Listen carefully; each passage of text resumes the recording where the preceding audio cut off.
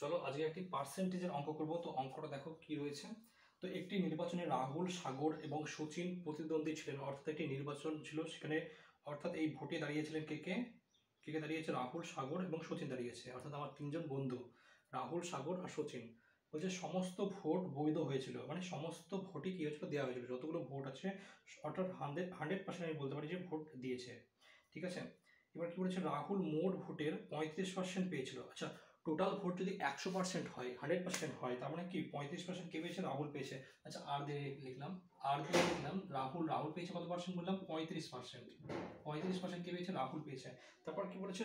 সাগর। আচ্ছা, এবং সাগর প্রত্যেক যে 35 ভাগের মধ্যে 14টি করে ভোট পেয়েছে।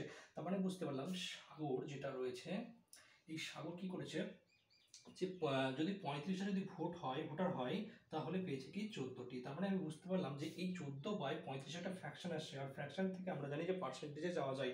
তো আমি সরাসরি বলতে পারি এটাকে যদি কাটাকাটি করে দিই, তাহলে আমি যদি 7 দিয়ে কাটি, তাহলে কত পাচ্ছি বলো? 5 7 35 এবং 7 2 14, অর্থাৎ 7 দিয়ে কাটলে 5 7 35 এবং 7 2 14, অর্থাৎ 2/5। আর 2/5কে আমি পার্সেন্টেজে কত বলতে পারি? তো 2/5কে আমি সরাসরি পার্সেন্টেজে যদি নিয়ে যাই, তাহলে কি হবে? পার্সেন্টেজে নিয়ে যেতে গেলে আমাকে 100 গুণ করতে হবে, অর্থাৎ 5 দিয়ে 100কে যদি কাটি, 5 20 100, অর্থাৎ 20 দুগুণে দেখছি 40। তার মানে বুঝতে পারলাম যে সাগর যে ভোট পেয়েছে সেটা কত পার্সেন্ট হবে? 40% হবে। ক্লিয়ার? এবার দেখো তিনজনই তো আছে, ভোটে দাঁড়িয়েছে তিনজনই। এবার 100% যদি ভোটার হয়, এবার দেখো 35% পেয়েছে রাহুল এবং সাগর পেয়েছে 40%, তাহলে বাকিটা নিশ্চয়ই কি হবে? সচিন পাবে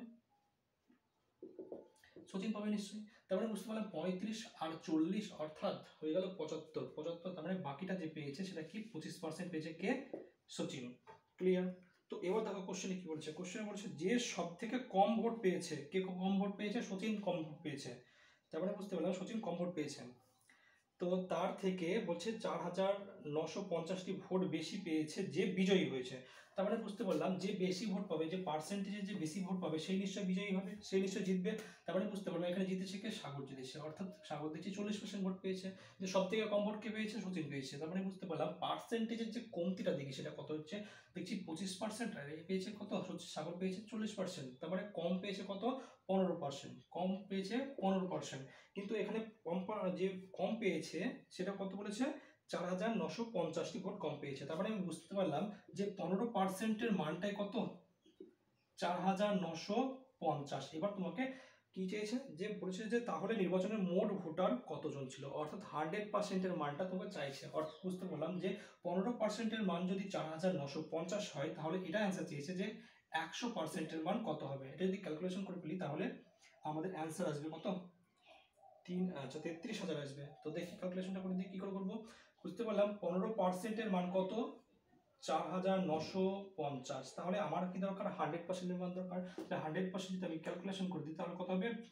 আচ্ছা, যদি আমি 5 দিয়ে কাটি, 3 5 15, 5 দিয়ে কাটলে 5 20 100, অর্থাৎ 3 দিয়ে যদি কাটি, আচ্ছা 3 কে 3, 3 6 3 6 18 এবং 3 5 15, অর্থাৎ 8 শূন্য থেকে গেল। অর্থাৎ বুঝতে পারলাম 3 দিয়ে যদি কাটি 4950কে পেলাম কত? 1650। 1650 আর 20 যদি গুণ করি, তাহলে কত হবে? দুটো শূন্য তো থাকছে, এবং 5 দুগুণে 10 শূন্য পেলাম, আবার 3 6 দুগুণে 12, আর 1 এ 3, আর 2 কে 2 3, অর্থাৎ বুঝতে পারলাম 33,000 হবে কি মোট ভোটার। অর্থাৎ বুঝতে পারলাম যে এখানে 100% ভোটার কত ছিল? 33,000। তো এটা কিন্তু সিজিএল এর আসা কোশ্চেন, ঠিক আছে? এগুলো জাস্ট তথ্যগুলোকে আলাদা করে দেওয়া হয়েছে, অর্থাৎ নামগুলোকে পরিবর্তন করা হয়েছে। রাহুল, সাগর, সচিনের জায়গায় অন্য কিছু নাম ছিল, ঠিক আছে? আমার বন্ধুর নামগুলো দিয়েছি এখানে। ওকে।